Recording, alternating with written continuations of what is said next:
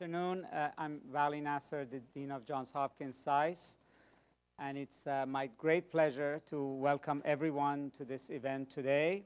We're here to honor Professor Reardon Rowett, who is here with us in the front row.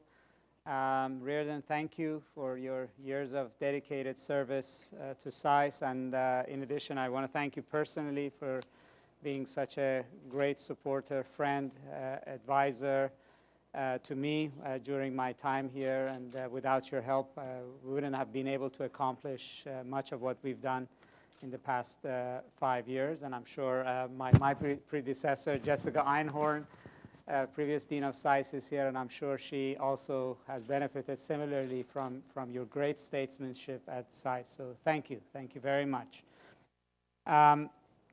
And I'm very happy to see so many of Reardon's students, past and present, here with us also to commemorate this occasion. I would like to thank all of our who've joined us here today. It's always wonderful to welcome alumni back to SAIS, and particularly for such an event, as well as other colleagues and friends of the school and Professor Rowett, for all of us to celebrate the legacy of his scholarship and teaching and service at SAIS. There's no doubt that Professor Rowett's greatest, of course, impact on the school is the Latin America Studies program, which has been an extremely well-run and influential program at the school that he has trained generations of our alumni who have joined the private sector at the highest level, who have worked in government, both our own and those in Latin America, and have had an impact. And the program has also had a tremendous impact on our regional studies and our disciplines. For instance, the program was the initiator of our concentration on emerging markets, which became a signature effort at the school and was always very closely tied to Latin America Studies program. We're going to properly and honor Professor Rowett later this afternoon in great style. We're going to celebrate his legacy at a reception at 6 p.m., which I'm sure you will all join. But for now, we would like to sort of mark his contribution to the school with a conversation about Latin America as part of the world that is close to his heart and mind, but also, although it's not in the headline news, it's very much at the center of a lot of important conversations that we are having. And this conversation, of course, reflects years of his scholarship and thinking as well. We hope to discuss the political and economic developments in Latin America and the challenges that the southern continent faces, the challenges that it poses to the United States and global economy and global order. And for that purpose, we have an excellent panel of our own faculty with us who bring a great deal of experience from varieties of sectors on this topic. So I'll start from right to left here with Dr. John Lipsky, who is formerly the Deputy Managing Director of the International Monetary Fund and also served as the Interim Director of the Fund. He's extremely well-known figure in international economics and finance, and is currently a Senior Fellow at our Foreign Policy Institute, and he's also the Peter G. Peterson Distinguished Scholar at the Henry A. Kissinger Center for Global Affairs at SAIS. To his left is Monica Dubois, who's an expert on Latin America, on Brazil in particular, on global finance. He's a very, very well regarded and published author on these topics, and he's currently a Senior Fellow at the Peterson Institute for International Economics. She focuses on macroeconomics and foreign exchange policy, and monetary and fiscal policy, trade and inequality, financial regulation, and capital markets. She also teaches on emerging markets and global finance here at SAIS, as well as on Latin America issues. And finally, Professor Hal Brands, who's an expert on geostrategy, American foreign policy, and who is the Henry A. Kissinger Distinguished Professor of Global Affairs at the Kissinger Center here at SAIS, is one of our new faculty who has joined this school, and his earlier work focused on American foreign policy and Latin America during the Cold War. So I think each of our panelists are going to have a few remarks, and then I will engage you in a question and answer, and then we can also hear from our audience as well. So why don't we start with you? Okay. Thanks, Vali, and thanks for the opportunity to be here to honor Jordan Roet, who's been such an important figure in understanding Latin America for so long. And I was trying to think, when was the first time we encountered each other? I believe it was in 1983 in Brazil, when I had just been thrown into the IMF team sort of last minute. And Brazil threatened to take down the international banking system, which Professor Roet had just joined Chase Bank at the time and was attempting to avoid the system going down. But I was asked to summarize financial crisis, stabilization, and debt restructuring in Latin America, and in 10 minutes. And so this is going to sound, first of all, it's an area that resists generalization, but I'm going to do my best. And this is going to sound a little bit like one of these TV ads for some medication, and this is the disclaimer part that's going to go real quickly about what can go wrong. But to give you an idea, here is a printout from the IMF of IMF arrangements, in other words, lending arrangements, programs, with the three largest countries in Latin America, Mexico, Argentina, and Brazil. In the last 50 years, Argentina leads with 14 programs, Mexico 12, and Brazil 11. This is an area, a region that's had a lot of experience with crises, stabilization, and debt restructuring. But the big picture, as you understand, before World War I, this was an area of generally open economies and trading economies that were largely successful, especially Argentina. And World War I shut them off from world trade.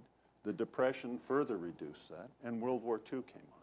So you had a period of essentially 50 years of broken access to world markets, and hence the development of the policies of import substitution, that industrialization and that development required industrialization, and industrialization required protection, i.e. infant industry approaches, in an environment of generally repressed financial systems. And the result was uneven at best, instability at worst. But there was an intellectual core surrounding what in Latin is called CEPAL, or Spanish called CEPAL, or ECLA, the United Nations Economic Commission on Latin America in Santiago, that provided an intellectual basis for import substitution. However, what really brought this to an end were the oil shocks of the 70s.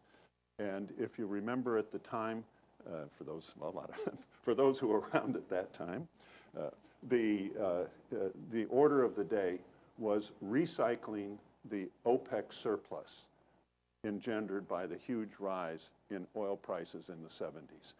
And if you think about it this way, it was a huge drain on Latin America and a huge surplus in the OPEC countries.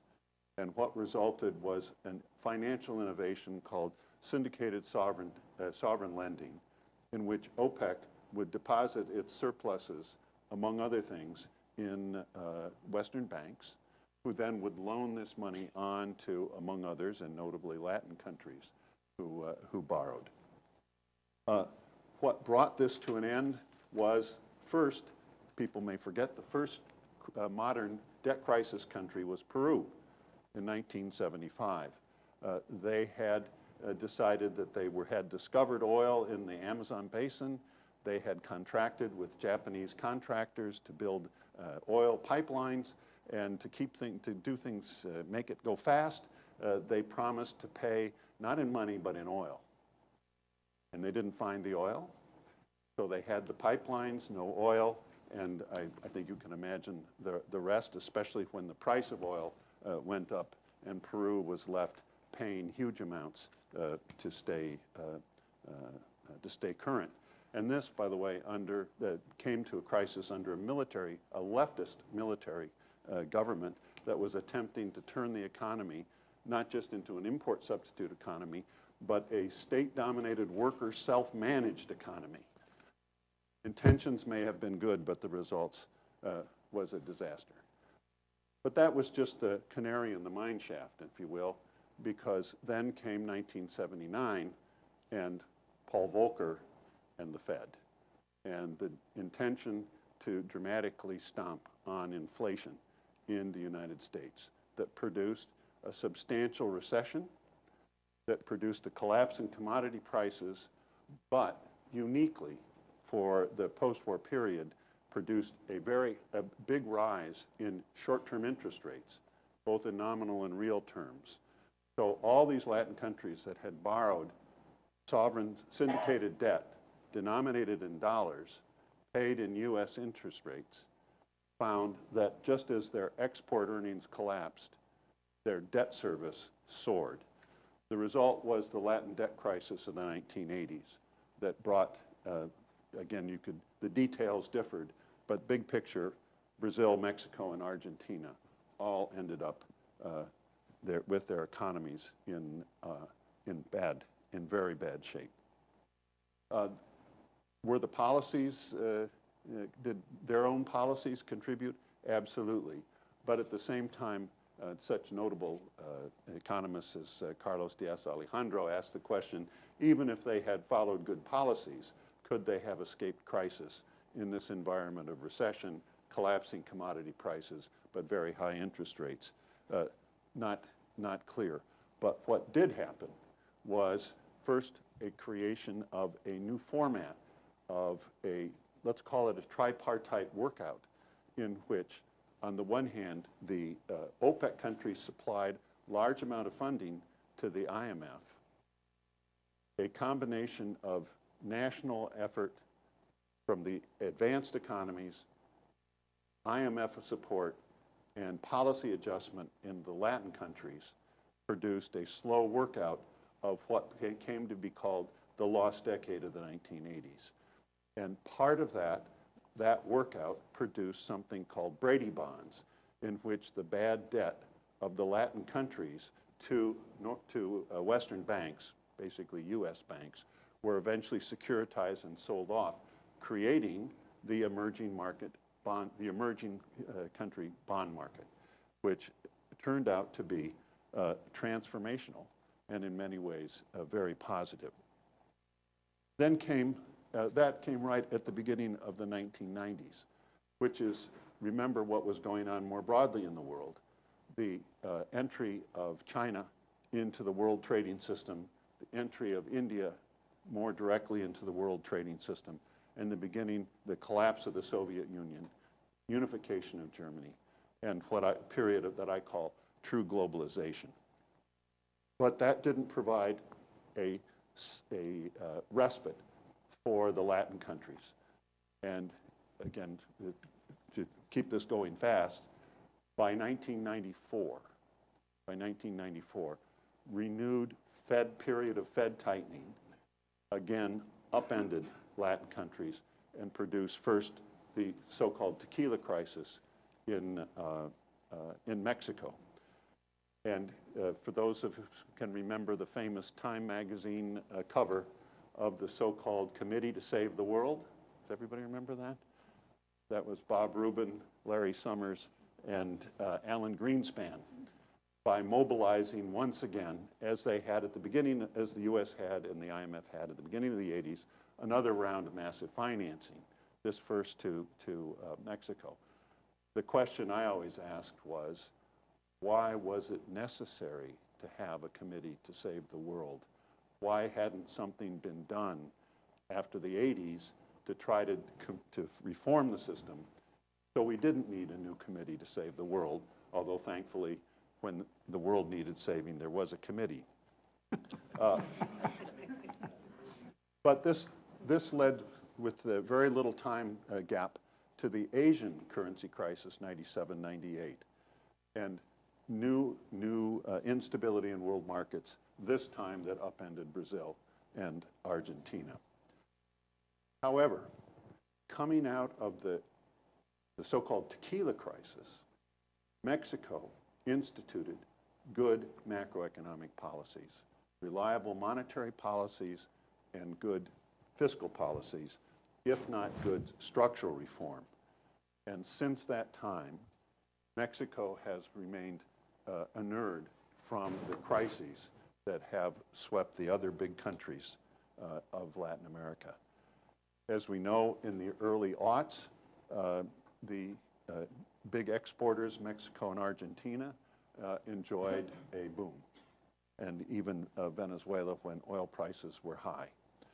But the temporary boom in Brazil in the early aughts was wasted in structural terms, in which rather than follow the Mexican example of good macro policies, the opposite was done. And in Argentina, a fantasy land of debt default took over.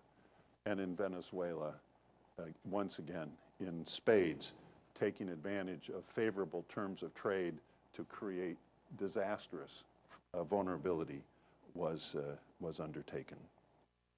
So where does that leave us today?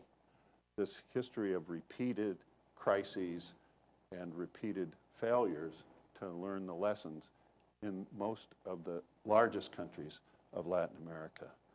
Luckily, there have been some examples of smaller countries following reasonably good policies over the long term. First and foremost is Chile, of course, with the so-called Chicago Boy reforms instituted in the late 70s and early 80s that has transformed Chile from a poor country into a modest middle-income country. A tremendous transformation in which they also benefited from the commodity booms of the early aughts, but were sensible enough not to squander the opportunity. Peru, the country where the disaster started, the modern disasters of debt and stabilization, or of a financial crisis started in '75, has followed the Chilean example in broad terms, not to oversimplify, and of the last decade has been the fastest growing Latin economy. Colombia, with all its problems, has improved its macro policies. And Mexico, finally, has, under unfavorable circumstances with a falling oil price, has adopted structural reforms. And these four countries now constitute the so-called Alianza del Pacífico, the Alliance of the Pacific, of countries that are willing to follow responsible macro policies and market-oriented policies, and in looking towards an engagement with Asia and better economic performance. Brazil has been, as Monica knows very well, has been struggling with both economic and political issues. I'll leave it to her. Argentina has only partially shown signs of ability to institute and sustain good policies subject to politics. I think Monica's going to talk about that. And Venezuela remains absolutely beyond the pale. But again, as I said at the outset, it's a region in which it's impossible to, you can't escape a granular view. But there have been periodic repeated problems that haven't been solved. But it looks like the smaller countries of the Pacific Alliance may be providing an example of at least a way forward that may be followed by Brazil and Argentina. And if so, then the future looks much brighter. Thanks. Monica, tell us about, a little bit more about what John was saying, but also maybe in the context of your work on emerging markets and how. Yeah, absolutely. Let me first thank you, Vali, and say that as a faculty member at SAIS, as someone who has learned a lot from many lively and interesting lunch conversations with Professor Roet, and just as importantly, as a native of Brazil, which is a baffling and contradictory place, if there's any in the world, but which Professor Rouet has helped the world to understand through his vast, actually, academic contributions. It is, for me, a great honor to be on this very distinguished panel. So I've been tasked with discussing emerging markets, their challenges, their opportunities. Let me begin by saying that Latin America is sort of a petri dish for emerging markets in many ways. In some ways, it's actually a petri dish for the global economy too, and I'll say something about that in a bit. As Professor Lipsky was saying, the history of the region, rife with crises which occur and recur, balance of payments crises, banking crises, debt crises, the interaction between politics and economic outcomes, often ignored by economists, but very, very important, obviously, are all crucial to understanding exactly how emerging markets differ from developed economies. And these features being very prevalent in Latin America help it be this idea of a petri dish for understanding how emerging markets actually behave. So, there is this idea that emerging markets are somewhat different from developed economies, but in some sense, one might say that these days, the world doesn't quite look that way. Developed economies are kind of starting to look like emerging markets in some sense. The question, I guess, that I have and that many of us have is, why do economic reforms often fail to produce the desired outcome in emerging markets? And the history of incomplete and partial reforms in Latin America tells us why.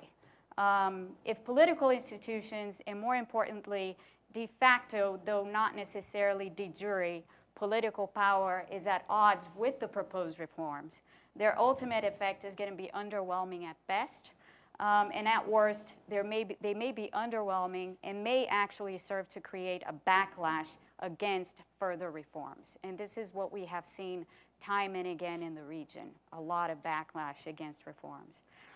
The experience in Latin America following the Washington Consensus reforms of the 80s and the 90s was indeed underwhelming. I mean, even if we look at these smaller countries and their overall performance, what we see is that growth was actually, fell very much, under what people actually expected growth to be, given the depth of some of these reforms.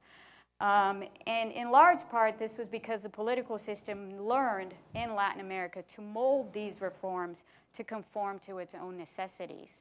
I think one starking example of this is privatization and what was done with privatization in the 90s.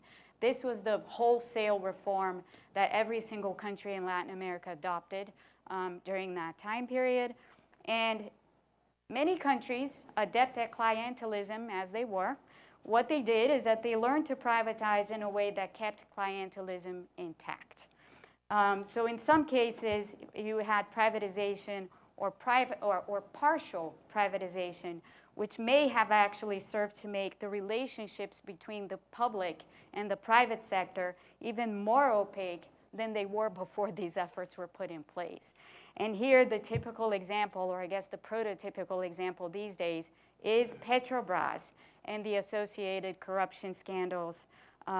This is the starkest illustration of partial economic reforms gone completely awry in a very complex political environment. And this, I think, kind of sums up the region in a nutshell. Naturally, the fact that reforms resulted not in more growth, but in this continued lackluster performance that we kept seeing throughout the region, with some pointed exceptions here and there, instigated a big backlash in the 2000s. And this is exactly when we saw this thing that I hate, this misnomer, I think, of the so-called pink tide, which wasn't really a pink tide. It was about rejecting, what was then seen as the failed Washington Consensus to some extent.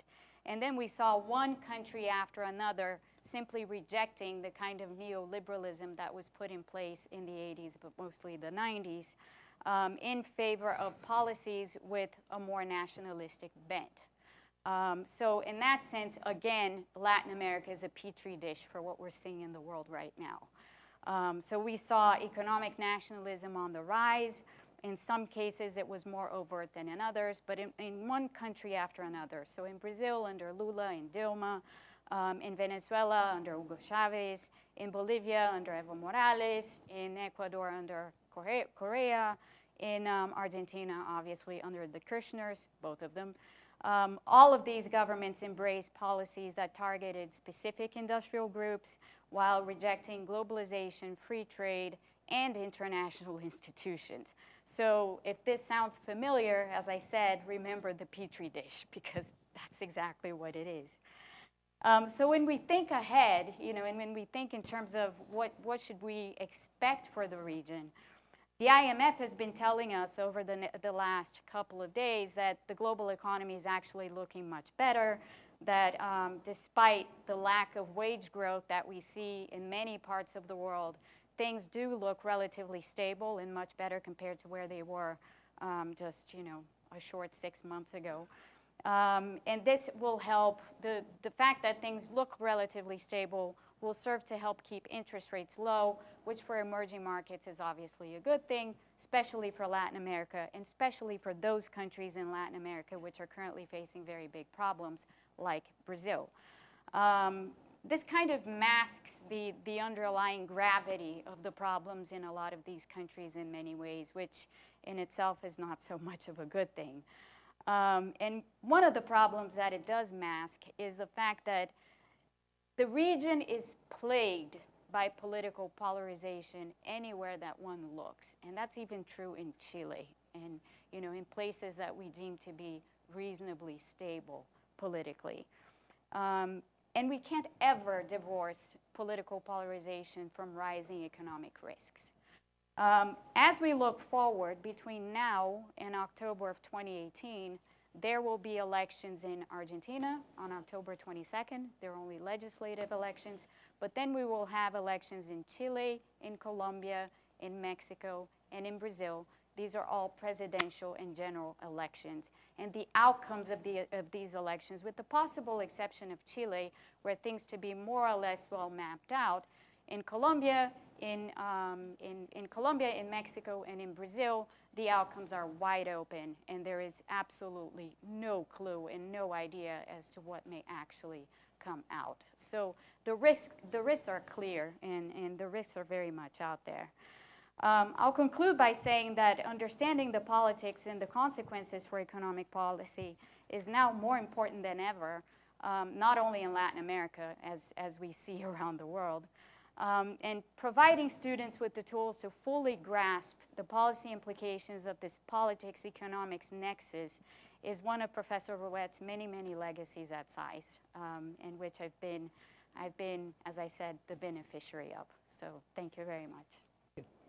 So Hal, obviously the economic side is one side of the picture, and it's a very rich and turbulent scene. But on the other side, the legacy of U.S. interest in the region, interaction with various governments, is also equally important. And where does Latin America fit in America's global view, and how has that evolved? If you can shed some light on that. Sure. So, well, thank you, and it's a great honor to be here to help celebrate Reardon's contribution. I mean, he's just a wonderfully distinguished scholar, but has also played a tremendous role at SAIS over the past 45 years in terms of building a remarkably successful program and just contributing a whole lot to the intellectual and academic life of the school. So he really does leave big shoes to fill. And I'll talk a little bit about U.S.-Latin America relations and the patterns thereof, but maybe I'll just say a couple words about Reardon, because this is actually relevant to what I'm going to say here, which is that I first encountered his work when I was doing my dissertation. I'm not a Latin America scholar by trade, but I did write a dissertation on essentially Cold War era competition in Latin America, and didn't know the field that well, but as I was doing the preliminary research, his name just kept popping up. And so first it was in the context of his book on Brazilian politics, which I think remains the standard text several decades after it was written.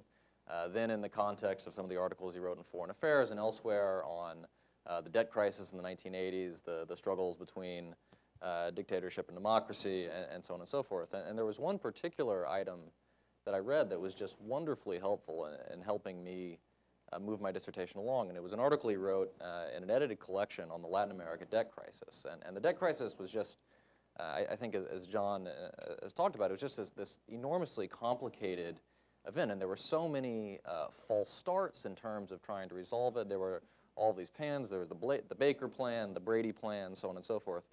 And so it's something that's sort of hard to get a handle on analytically. There'd been a lot of great stuff written on it, but most of it had been written in a language other than English, by which I mean it was written by economists. And so I was, as a history student, struggling to make sense of this until I came across this chapter that he wrote that really was just incredibly lucid in terms of connecting the politics to the economics to the geopolitical aspects of the debt crisis. And it was just of huge value to my work, and I suspect that many others felt the same way about a lot of things that Reardon wrote over the years. And if I could just tell one other anecdote about him. You know that he's a distinguished scholar, but what you may not know is that he's also recently been the head of the Space Committee at SAIS, which, when I showed up here, was explained to me that if you're not nice to the head of the Space Committee, you end up sitting in the parking lot. And so I'm happy to say that we have been fast friends ever since that moment. But getting actually to U.S.-Latin America relations, it's an enormously complex subject, and so I won't try to do more than offer just some very vague and gauzy generalizations. But I think that sort of the thing that stands out for me in thinking about the historical patterns of U.S.-Latin America relations is that in many ways there's kind of a bitter irony in studying Latin America, in the sense that Latin America is one of these regions that really only rises to the top of the U.S. foreign policy agenda when things start to go really badly wrong. When things are going okay in the region, when it's more or less stable, when there's not a major economic crisis or a security threat, it's basically a secondary priority for U.S. policy. And in many ways, it becomes a secondary priority for academics as well, in the sense that Latin American studies is seen to recede in importance during this period, perhaps undeservedly so. And if you just look at U.S. policy, major U.S. policy initiatives in Latin America during the Cold War, you get a sense of this pattern. So the ones that really stand out in the history books, the Alliance for Progress, the Central American interventions of the 1980s, the U.S. debt strategy executed in conjunction with the IMF and other major industrial nations, all of these came during periods of really major upheaval in the region, or at a time when there were major security threats seen to emanate from the region. And when that is not the case, it's an exaggeration to say that Latin America gets totally neglected, but it certainly recedes in importance. And if you want a sense of this, just go down and talk to the people at U.S. Southern Command over the past few years, where they are just absolutely desperate to find anything they can to get policymakers' attention about the importance of Latin America, because otherwise they find themselves starved for resources. And in some ways, this is understandable in the sense that if you look at U.S. foreign policy today, there are lots of places around the world where you can basically take your pick of crises that you want to deal with. And at a time when American resources are strained, in both military and in an economic sense, it's kind of hard to answer the question, which region would you want to take resources or attention or bandwidth away from in order to pay more attention to a place like Latin America? But I think it's also an unfortunate tendency for three reasons. And the first is that there really is no region in the world that is more important to the United States, economically, in terms of security, and even in an ideological or political sense, simply because of geography, if for no other reason. And the reason we really notice Latin America when things start to go bad is precisely because of this importance. If things are going wrong in Latin America, it's hard for the United States to be effective in a geopolitical sense anywhere in the world. A second reason it's unfortunate is that it means that attention tends to shift away from the region just as things start going right. And so if you look at the amount of attention paid to Latin America by U.S. policymakers during the 1980s, it's far higher than was paid during, say, the 1990s or the 2000s, even though the 1990s and the 2000s were actually pretty good years in terms of finally getting Latin America back to a place where democracy was prevalent, where market reforms were spreading, and so on. And then finally, and this is the third reason, it leads sometimes to a neglect of the preventive medicine that might prevent things from getting worse in the first place. So where does this leave us in terms of U.S.-Latin American relations today? For the past 25 years, really, Latin America has clearly been a secondary priority for U.S. policymakers, particularly in a geopolitical sense. I think that, and you can decide whether this is good news or bad news, Latin America may actually be gradually becoming a bigger priority in the coming years and after, because I think we're starting to see the emergence of developments that are going to be more threatening to U.S. interests in the region. And I'll just list 3 or 4 of these. So one is that the United States itself is doing things these days that could really mess up some of the more productive patterns in U.S.-Latin America relations over the past 25 years. So just look at the U.S.-Mexico relationship and the stress that's being put on that in an economic sense, but also just in a political sense. I mean, Monica mentioned the upcoming Mexican presidential elections. It seems pretty clear that Andrés Manuel López Obrador's biggest supporter is Donald Trump, in the sense that he is actually generating the nationalist antibodies in Mexico that will play very well for a populist campaign. So that's one way in which I think we could be looking at some negative trends. A second is that I think there are some simmering, essentially, security problems that are starting to come to a boil in the region. Security or political problems are starting to come to a boil in the region. And Venezuela was mentioned by John here, and this is the case in point. I mean, it's clear that Venezuela has been backsliding into authoritarianism for a number of years. Now we're kind of at the point where everyone agrees that a major blow-up is coming if it hasn't already arrived, and we're just talking about when it's going to be and how bad it's going to be. And if you think about the importance of Venezuela to the regional economy, if you think about the importance of Venezuela in a geographical sense and a political sense, that could have significant implications as well. And then a third issue that I'll just flag briefly is I think we're gradually getting back into an era of renewed geopolitical competition in Latin America. Since the end of the Cold War, the United States really hasn't had to worry a lot about extra-regional rivals exerting their sway in Latin America. But I think that's going to change over the next couple of decades. I think it's clear that China has economic ambitions in Latin America. I think if you talk to people in the security community, that there are a number of people who think that they have real strategic ambitions in Latin America as well, positioning themselves as an alternative to American influence. And there are real obstacles to China doing this effectively in the sense that Chinese economic influence is not always wanted in Latin American countries. But I think over the coming decades, we are going to see more intensified competition for influence, particularly in South America. This isn't to say that we're going back to the Cold War or October 1962, at least not anytime soon. But it's certainly going to be a region where our influence as the primary extra-regional power is no longer as uncontested as it has been.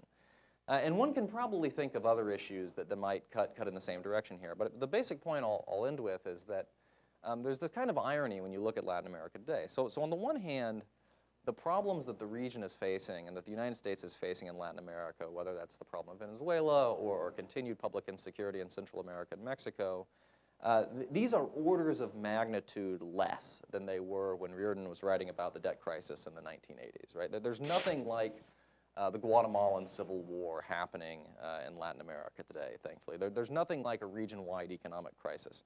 But the region is not going to be as quiescent from a U.S. perspective as it was for much of the post-Cold War era. And so if this is true, it may be that Latin America will end up getting more attention from the U.S. government. And it's certainly true that we'll need more good scholars who can continue in Reardon's footprints and footsteps in terms of doing good work on the region. Well, thank you very much for 3 very rich and insightful presentations. So before going to the audience, let me just throw one question out for any of you, and that is sort of one maybe change that we've witnessed over the past 2 decades is sort of a more multipolar world in which there are other vectors in this conversation as well. So let's say on finance and trade, the importance of Latin America in the global economy more broadly, trade with Europe, with Africa, the entire sort of BRICS kind of a conversation. What sort of an impact does it have in the terms that you discussed, namely as even the United States thinks about a global economy much more broadly, where does Latin America fit in there? And secondly, even on the political side, as Hal was speaking, this whole new sets of relationships are emerging, say, between China and Brazil, and that obviously is becoming now this sort of the critical rivalry, competition for the United States, and so Latin America, does it play a sort of a mediating role, a prize over which we might have to compete, say, with our other global rivals over, and how that might change this picture? But just sort of as a way to explore a different way of looking at this picture. Well, if I may, certainly from the multipolar view that you've put, and the fact that the U.S., given that the U.S. is backtracking from a lot of things. So if we think, in the trade spectrum, the signing off from TPP. On other trade negotiations such as NAFTA, we're in the 4th round this week. They don't look very promising from where we stand. We don't know exactly what's going on in the discussions, but the sense is that some of the demands coming out from the U.S. side don't look very promising in terms of the agreement going forward. I think the question for the region is, very much how does the region position itself? And certainly there are countries in the region like Mexico and other Pacific Alliance countries which had already opened themselves to trade quite a bit, which have been positioning themselves to at least try to take advantage of some spaces that are being created. So in the TPP discussions, the whole idea of TPP 11 and how Mexico, Colombia, Chile, Peru are positioning themselves to be part of that. That's very important, and that could be a way for the region if, the idea that trade is important and indeed opening yourself up is something that you need to do. If that sort of, trickles down into other countries in the region, that might be a platform for Latin America to emerge a little more onto the global stage. But that being said, there is the very sort of clear position by countries like Brazil that have remained to this day extremely protectionist, don't really seem inclined to move away from that position, even if there is a government in place that's leaving in 2018 that said that they're more open to trade, but they've really not done anything in that regard. And we have no real clue about what kind of government we might have after 2018, and if it's just going to be a continuation of the sort of protectionism that we've seen to date. And I don't want to sound overly Brazilian when I say this, but to be quite frank, I can't really see how the region really leverages itself in that space that's been created with the U.S. out of TPP if you don't have the big countries, Brazil and others. Argentina is another one. Argentina seems to be going in a better direction. But if you don't have buy-in from these countries, I don't really see how that advances. Just maybe a couple of words. I mean, I think the point is very important, and I can think of a couple of concrete respects in which this is the case. So certainly the emergence of China as more of an economic player in Latin America has given countries over the past decade has given countries like Venezuela or Bolivia access to alternative sources of lending. And so instead of having to go through the United States or the international financial institutions, you have the option of loans which come with less conditionality, which means that you can essentially sustain otherwise unsustainable economic programs for longer than you might be able to do. We've seen some aspects of this in Brazilian diplomacy. So the Brazilians, starting under Lula, really tried very self-consciously to position themselves as part of these blocks of emerging powers that were sometimes considered alternatives to American primacy. So whether this was BRICS or IBSA or any of these other groupings. I think a lot of these approaches have had mixed success, particularly in Brazil's case. But I think they do point to the fact that most Latin American governments and countries are not hostile to the United States, but they do like having options. They like having options in terms of their foreign relationships. And so we're likely to see more of this in the coming years as some of the trends that Monica talked about continue with respect to U.S. policy and as power perhaps diffuses more broadly within the international environment. Excellent. So let's open it to the floor, and if any questions. Professor Duran? Just 1 second, wait for the microphone. This is a very fascinating discussion, and I have a very simple question for you. I saw recently that for 2016, I think it was, a group of countries in Latin America had an average per capita income growth supposedly of 1.7, and in another big group of countries in Asia had an average growth rate of 5.3. Now, I don't know if those numbers are correct or not, but it doesn't really matter. It gives you a sense of what's happening. My question to you is, why were things so, and I'm really a non-expert on this and certainly on the region, but are the problems essentially economic? Or does Asia have economic advantages over Latin America? Or are the problems largely on the political side and maybe institutional side as far as Latin America is concerned? Go ahead. I think the answer to that question is yes. But that's just echoing what Monica said, which is you really can't separate these, the political and the economic. But I would say let's go back to the World Bank's Commission on Growth and Development that was led by Nobel laureate Michael Spence, which was asking exactly the question, are there some necessary conditions for sustained economic advancement of emerging economies? And their conclusion was yes.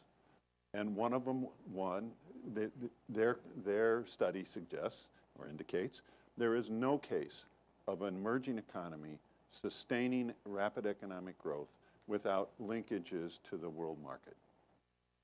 Brazil, as Monica just told you, is one of the most closed economies of anywhere in the world. Argentina tried to do that themselves under the Kirchners. Venezuela has, I don't even know. Isolated itself completely. Yeah. So these folks have been moving resolutely in the wrong direction, as opposed to, as I said, the Alianza del Pacifico countries that have been moving resolutely in the right direction and with some success. Why has the politics worked one way on the East Coast and another way on the West Coast of the continent? Gets a little hard to answer. But it seems clear, unless there is a reorientation of economic policies supported by political institutions, we're not going to have a solution. Yeah, I broadly agree. I would add that for those countries that did not move in the direction that the Pacific Alliance countries did, I mean, in the Pacific Alliance grouping, with the exception of Mexico and possibly Colombia, Chile and Peru are relatively small. So for them, there was really no option other than, opening themselves up to the world. Mexico being right next to the U.S., it was also sort of natural that it would, and in fact did, in NAFTA in 1994, just open itself up. It was already a pretty open economy at that point.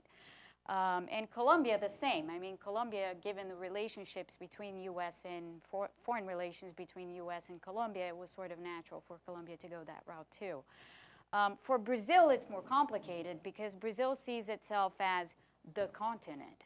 And therefore, because it sees itself that way, it believes, there's still this belief that, the internal market is sufficient because it's a big country. It's a continentally sized country. And this is a view that has been pervasive over the last, 50, 60 years, maybe more.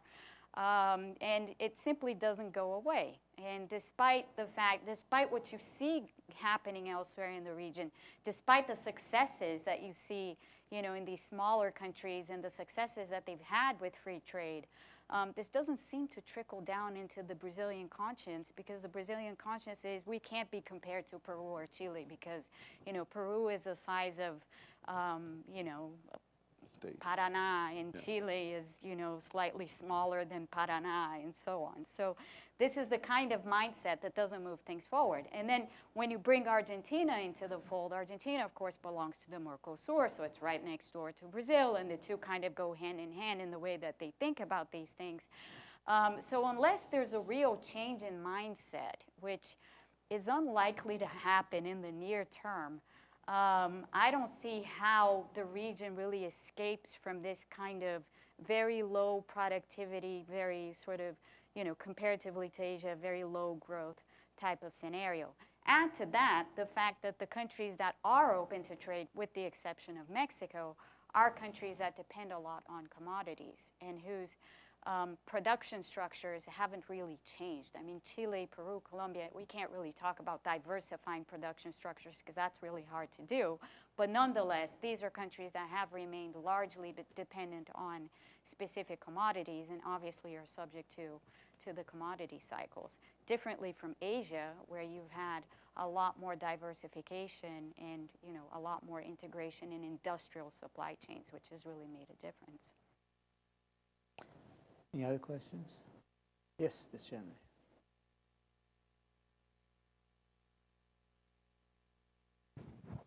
Bernardo Rico, class of '95. I think we should start referring to ourselves when we graduated. But anyhow,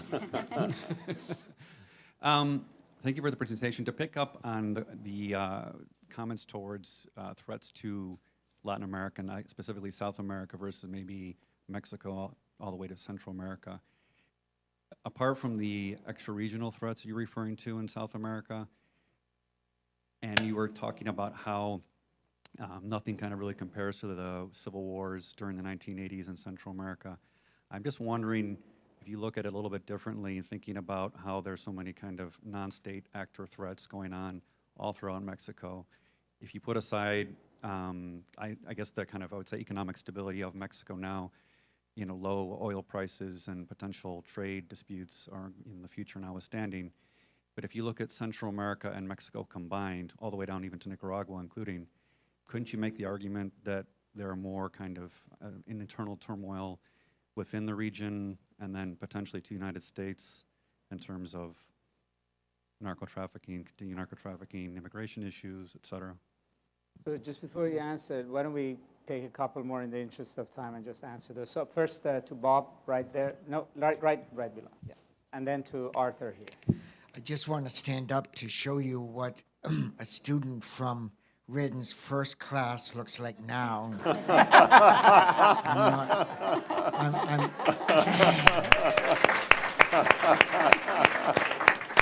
You look better than I do. This was, I was fascinated by the idea of Latin America as a petri dish. And I just wanted to throw a bit of a curve question to you. Think about the petri dish of Latin America in terms of the Latin American debt crisis and its resolutions. Do they give us any lessons or tools about the coming student debt crisis of $1.4 trillion, which, as we sit here in a university, is not an unimportant question? And then Arthur here. Arthur Rubin, I'm a non-LASPy, but I've kind of glommed on to Latin America and work as a banker in the region. And I'd like to come back to this question about China, because it seems to me there's a lot of gnashing of teeth about the increasing influence of China in the region. And certainly in Brazil, they've been buying up assets left and right. As a banker, I don't love the fact that China Inc. is lending money at really low rates and taking business away, but setting that aside, I can see how Chinese influence in semi-failed or highly dysfunctional states like Venezuela or Argentina and the Kirchners was very pernicious. It's less clear to me that China can buy influence in for all its dysfunctions, still a functional state like Brazil in the same way it has in Venezuela. So why are we so worried about increasing Chinese investment in a place like Brazil?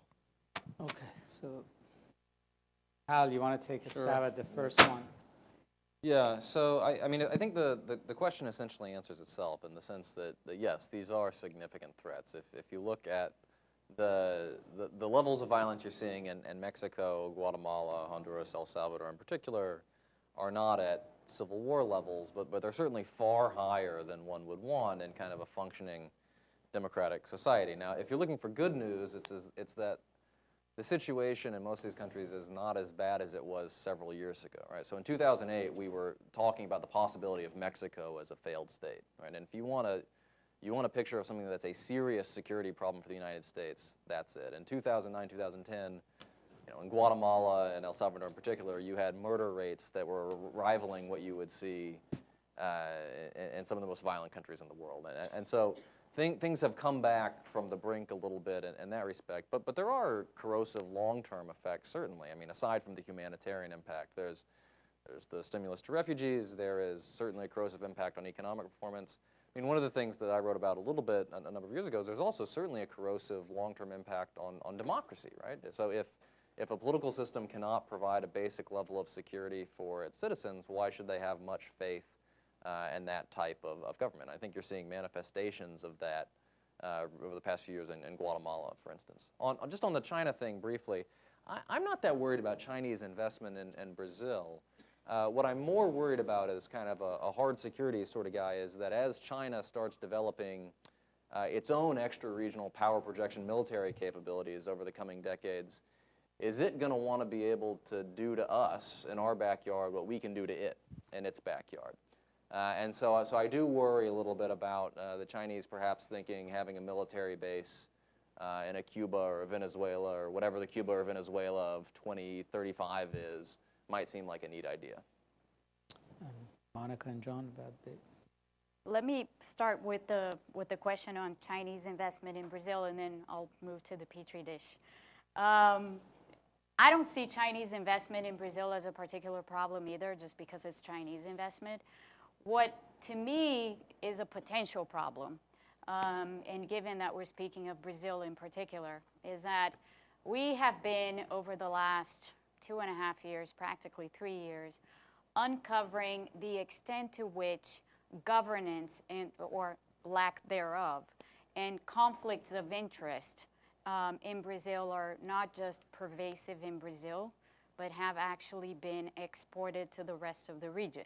So we have not had Latin American integration in the way that we would have liked, but we have had it in the way that we would not have liked, because we have seen, you know, country after another being affected by the scandals coming out of Odebrecht, JBS, and what have you.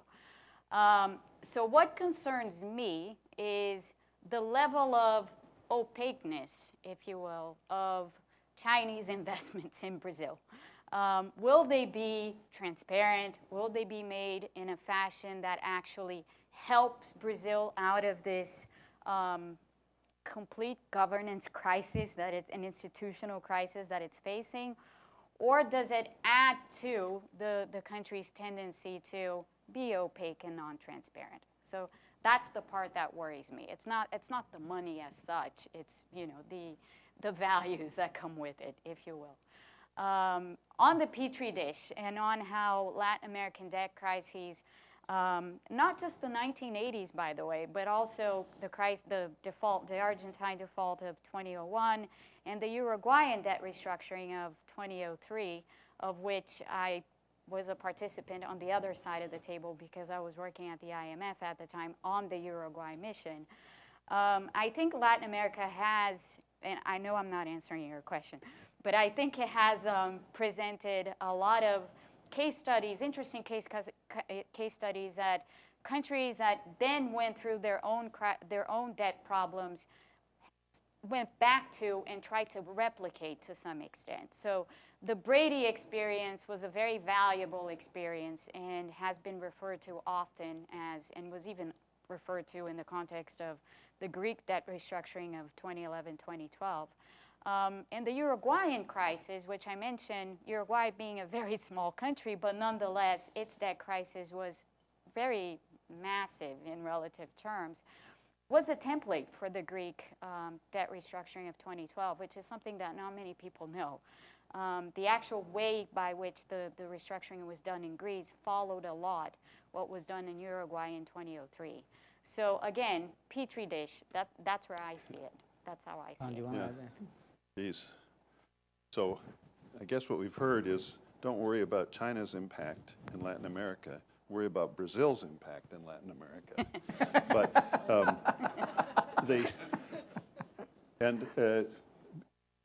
templates for solving terrible problems, yes, that too.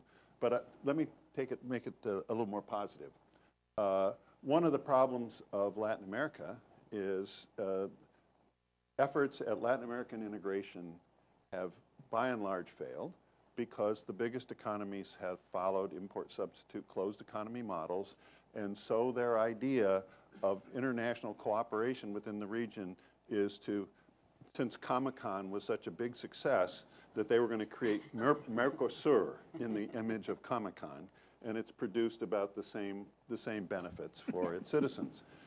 On the other hand, the Brady Bond experience produced securitization of Latin debt. And those countries that took advantage of the opportunities that were created, namely Chile, most of all, but also now Peru, and to some degree Colombia, and to some degree Mexico, but especially those little economies, produced vibrant financial markets and open financial markets that have created much greater economic integration within the region and externally. So once again, there is a hopeful example of what can be done by good policies and open economy, good open economy and reasonable macroeconomic policies that so far, in a way that has perplexed me, but is definitely, as Monica has described, if you say ask a Brazilian official, why haven't you followed the kind of policies that have been so successful in a place like Chile? The answer is, what does a tiny, infinitesimal place like Chile have to offer a continental-sized economy like Brazil? And you say, policies that work, it's so far been on deaf ears. But there is some hope, and there is some developments that came out of the debt crises and their resolution that have had positive effects and broader applicability. Well, this has been a wonderful size conversation of weaving economics, politics, global affairs together, and it's a wonderful way in which for us to start our celebration of Reardon this evening. Before thanking our panel, I want to remind everybody that we're going to have a reception, and as I said, the true celebration of Reardon at 6 p.m. here at Kenny Auditorium. So please join us then, and in the meantime, please join me in thanking our panel for a great conversation.